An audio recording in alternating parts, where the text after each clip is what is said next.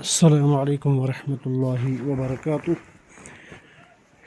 تیسرے پارے کے مسابقے کے مشارکین کے لیے آج 22 کلاس ہے، 22ویں کلاس ہے۔ اس سے پہلے 21 کلاسوں میں ہم نے سورۃ البقرہ کی بعض آیات کا مطالعہ کیا اور سورۃ آل عمران کی 39 آیات کا مطالعہ ہو چکا ہے۔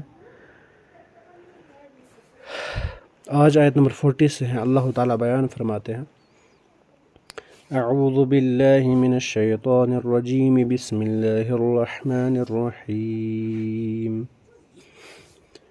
قال رب أنا يكون لي غلام وقد بلغني الكبر وامرأتي عاقر قال كذلك الله يفعل ما يشاء قال رب اجعل لي آية قال آيتك ألا تكلم الناس 3 أيام إلا رمزا واذكر ربك كثيرا وسبح بالعشي والإبكار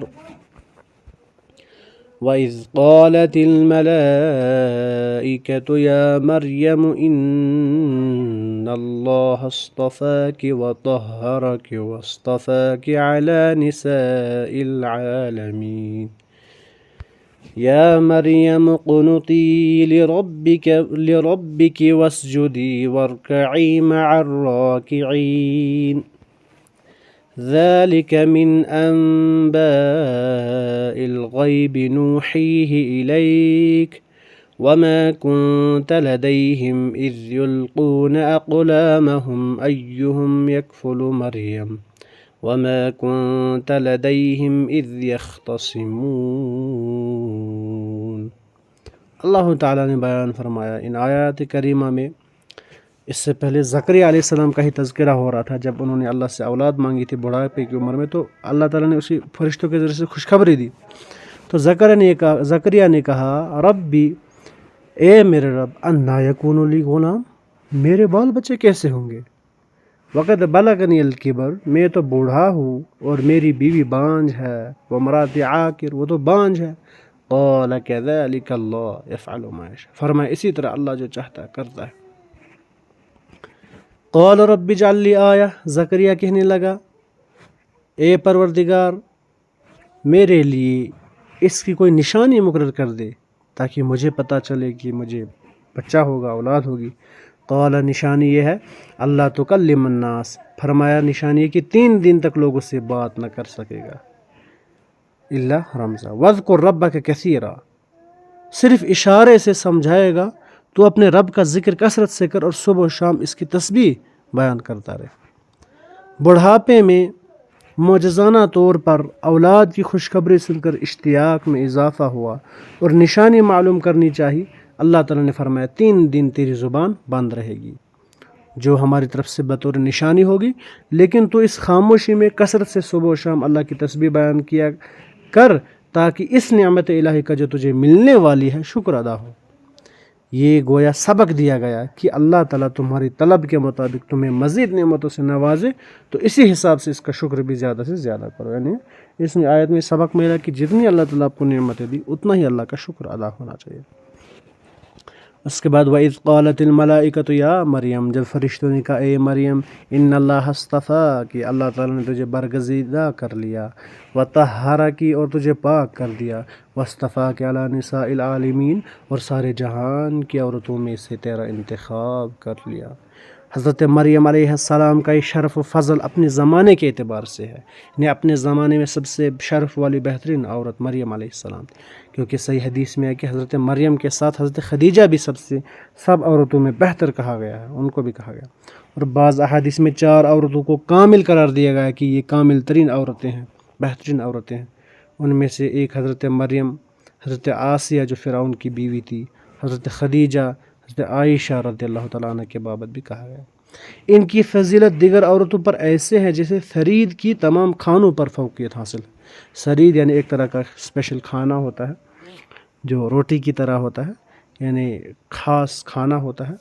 تو جس طرح سے ثرید کی ایک اہمیت ہوتی ہے، اسی طرح سے ان عورتوں کی اہمیت ہے۔ اور ترمذی کی روایت میں حضرت فاطمہ رضی اللہ عنہا جو بنت محمد صلی اللہ علیہ وسلم کی بیٹی تھی ان کو بھی فضیلت والی عورتوں میں شامل کیا گیا ہے، ابن کثیر نے بیان کیا۔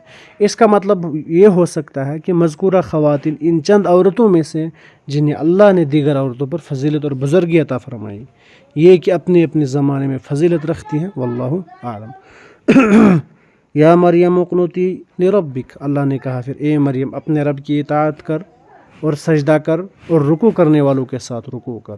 ذالک من انباء الغیب، یہ غیب کی خبروں سے ہے، نوحیہ الیک، جس سے ہم تیری طرف وحی سے پہنچاتے ہیں، وما کنت لدیہم، تو ان کے پاس نہ تھا، اذ یلقون اقلامہم، جب کہ وہ اپنے قلم ڈال رہے تھے، ایہم یکفل مریم، کہ مریم کو ان میں سے کون پالے گا، وما کنت لدیہم اذ یختصمون، نہ تو ان کے جھگڑنے کے وقت ان کے پاس تھا۔